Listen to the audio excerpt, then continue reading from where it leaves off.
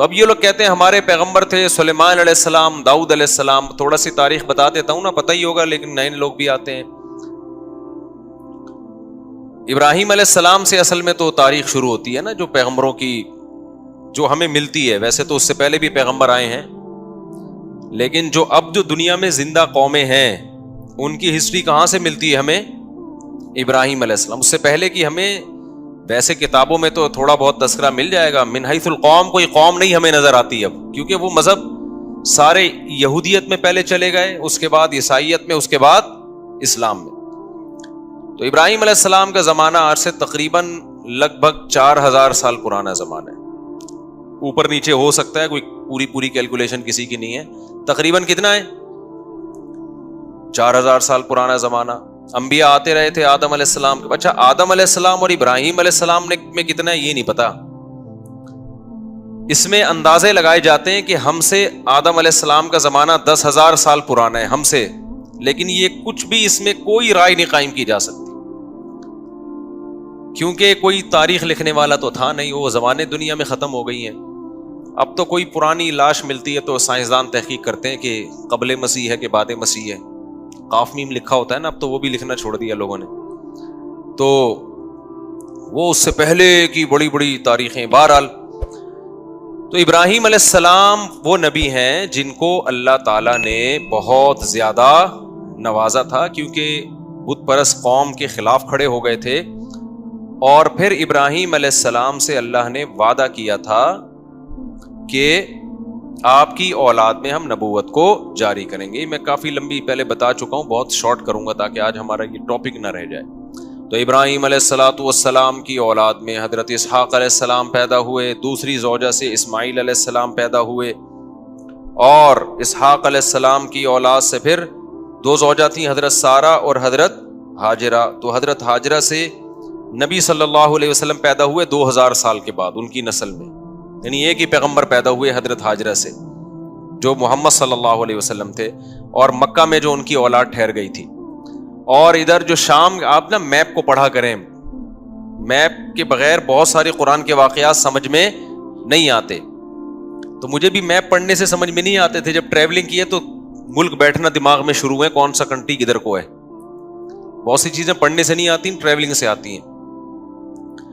اب میں حیران ہوتا تھا یہ مسلمان فوجیں یورپ کیسے پہنچ گئی تھی یار اس زمانے میں. اب جب میں خود گیا تو مجھے خیال ہو جب میں پہنچ سکتا ہوں تو فوجیں نہیں پہنچ سکتی کیا خیال ہے. لیکن ہمارا ٹریک تو الگ تھا نا، تو وہ پتا چلا وہ ادھر سے آئی ہیں، افریقہ کی طرف سے. آپ وہ دیکھیں نا نقشہ تو پتا چلتا ہے، وہ وہاں سے علاقے فتح ہوتے ہوتے ہوتے ادھر سے انہوں نے رائٹ پہ، آگے سمندر تھا تو رائٹ پہ ٹرن مارنا پڑا ان کو.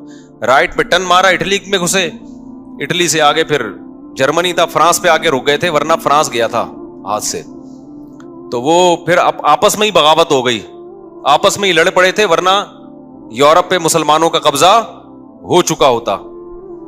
تو لندن گیا تھا صحیح ہے نا، لندن بھی گیا تھا گوروں کے ہاتھ سے.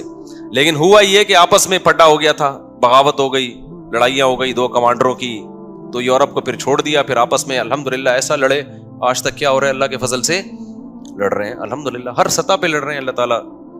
میاں بیوی گھر میں لڑ رہے ہیں، حکومتیں آپس میں لڑ رہی ہیں، دوست سے لڑ رہا ہے، مذہبی اسکالر آپس میں لڑ رہے ہیں. تو اس لڑائی کی وجہ سے غیروں کا بڑا فائدہ ہے، وہ اتحاد کر رہے ہیں. مختلف ملکوں نے کرنسی ایک ایجاد کر لی، ٹھیک ہے نا، پاسپورٹ کی کوئی پابندی نہیں. یورپ نے ایک یونین بنا لی پوری، یہاں سے یہاں جاؤ کوئی مسئلہ نہیں، ادھر جاؤ ادھر جاؤ سب ہمارا ہے، وغیرہ وغیرہ. خیر، تو ابراہیم علیہ السلام کے جو شام میں جو سلسلہ چلا ہے نا، اچھا آج کا جو شام ہے پہلے اتنا نہیں تھا بلکہ یہ بڑا تھا. تو یہ اس میں فلسطین، اسرائیل، یہ سب علاقے آتے تھے. تو بیت المقدس تھا، وہاں پیغمبروں کا سلسلہ شروع ہوا. ہوتے ہوتے ہوتے آپ کو پتا ہے کہ اسحاق علیہ السلام کی اولاد میں تھے یعقوب علیہ السلام، ان کا لقب تھا اسرائیل. یعقوب علیہ السلام کا کیا لقب تھا؟ اسرائیل. حضرت اسرائیل جو تھے یعقوب علیہ السلام ان کے بیٹے تھے یوسف. اور یوسف علیہ السلام مصر چلے گئے، سورہ یوسف میں ہے نا واقعہ، وہ ایک بادشاہ بن گئے مصر کے. تو بنی مصر کا نقشہ دیکھیں آپ، سعودی عرب یعنی مغرب کی طرف جہاں سورج یہاں ہے نا سعودی عرب، تو سعودی عرب آئے گا پہلے، اس کے بعد مصر آئے گا.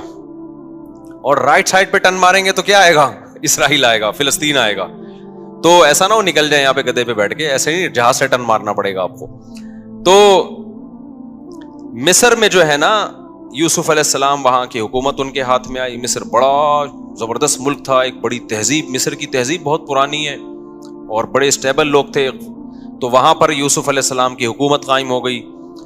یوسف علیہ السلام بہت اقلیت میں تھے نا, وہ تھوڑے سے بنی اسرائیل آئے تھے, 90 کے قریب ان کا خاندان تھا. یعقوب علیہ السلام نے شادیاں بہت کی تھیں, اولاد ان کے بہت تھی. اب یہ انہوں نے کی تھی, اب آپ ان سے پوچھیں.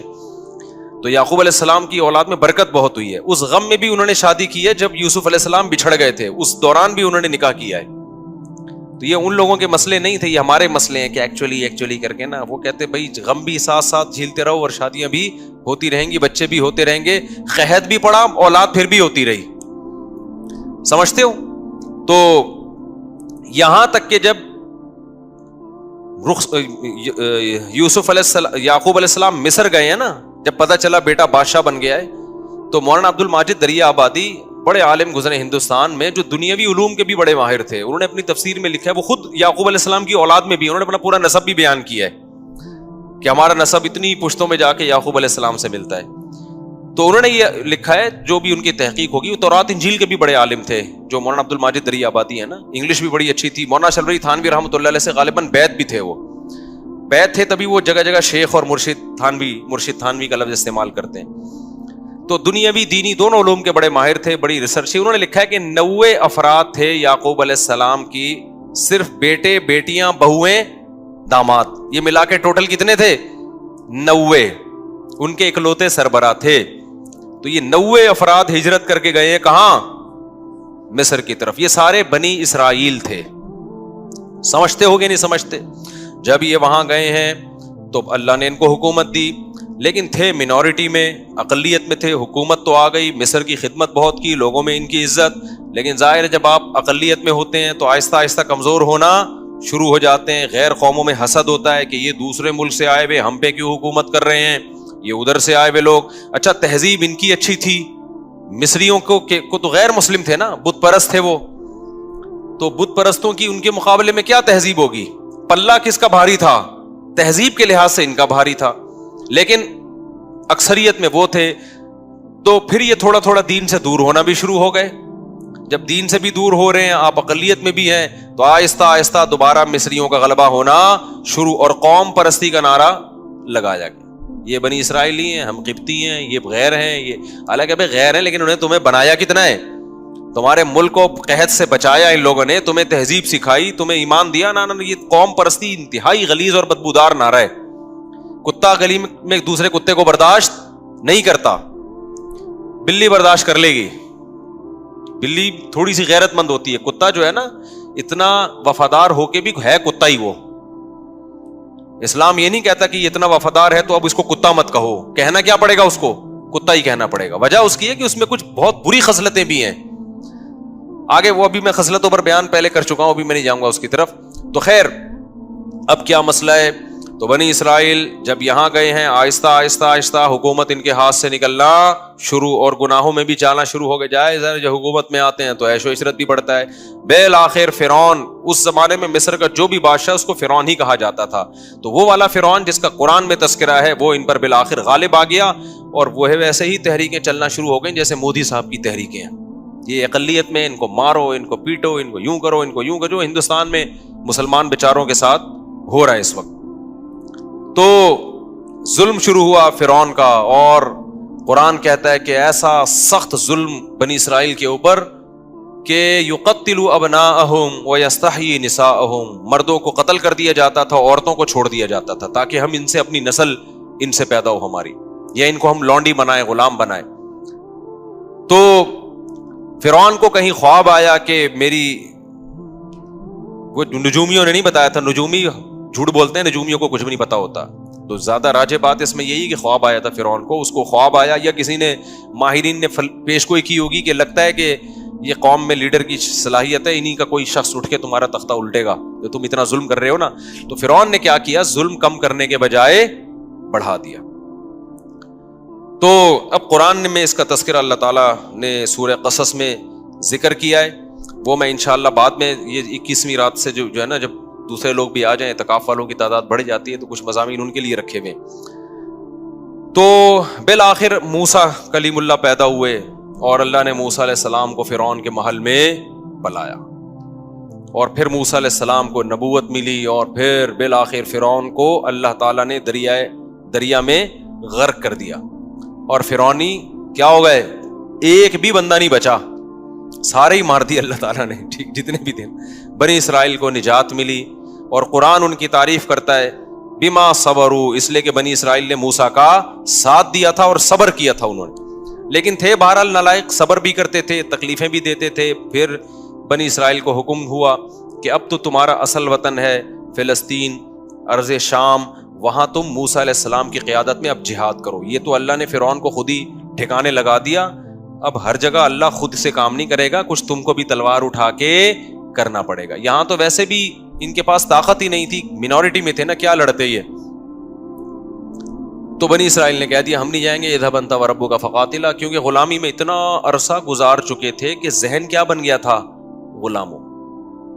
آپ اگر غلام بنے رہو نا کچھ دن تک تو آپ کا دماغ میں مینٹل لیول کیا ہو جاتا ہے، جو لوگ بچوں میں زیادہ رہتے ہیں نا تھوڑے دنوں میں بچکانہ حرکتیں شروع کر دیتے ہیں۔ صحبت کا بہت گہرا اثر ہوتا ہے، خوب سمجھ لو۔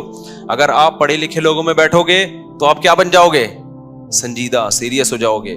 آپ اگر ہر وقت مسخروں کے ساتھ بیٹھو گے تو چھچھورے بن جاؤ گے، آپ سنجیدگی آپ میں سے ختم ہو جائے گی۔